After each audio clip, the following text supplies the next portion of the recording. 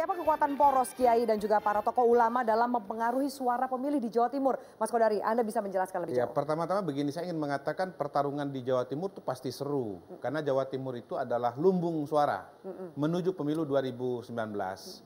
Jadi di Jawa Timur itu diperkirakan nanti akan ada 32 juta pemilih.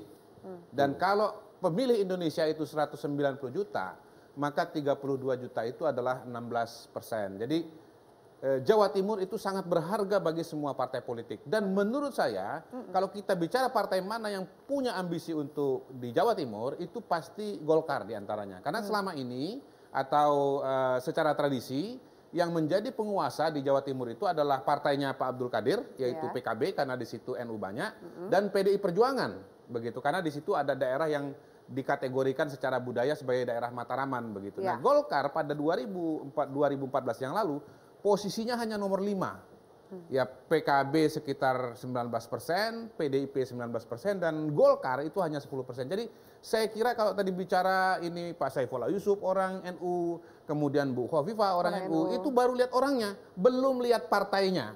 Dan agak sulit bagi Pak Kadir Karim untuk mengatakan Bu Khofifah jangan maju. Karena bicara orang NU itu memang orang NU ada di mana-mana. Pak Kadir Karim di PKB, Pak Nusron ada di Golkar, begitu. Jadi agak sulit untuk menyatukan NU karena NU terlalu besar. Nah, kalau bicara peta politik, menurut saya kita harus lihat dua ya. Pertama secara tradisional lihat kiai, misalnya Kiai Mas Duki Baidowi, ini kiai juga dari NU juga, dari Jawa Timur juga. Yang kedua dari segi pemilih.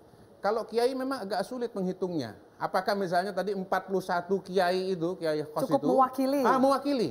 Karena Pak Nusron pasti sedang mengeluarkan data di kantongnya ada 1.000 kiai. Ada 1.000 kiai. Nah, tapi kalau kita bicara jumlah pemilih NU, orang-orang yang mengaku NU, memang dari studi-studi yang sudah ada, memang jumlahnya cukup besar.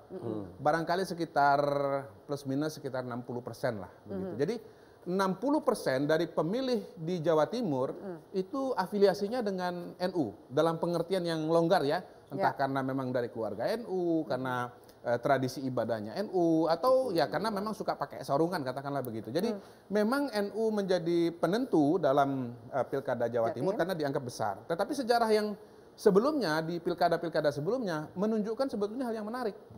Yang didukung oleh PKB misalnya, atau yang katakanlah berlatar belakang NU, itu justru belum tentu menang.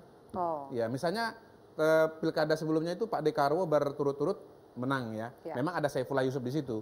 Tetapi kalau kita bicara calon gubernur kan ada Khofifah.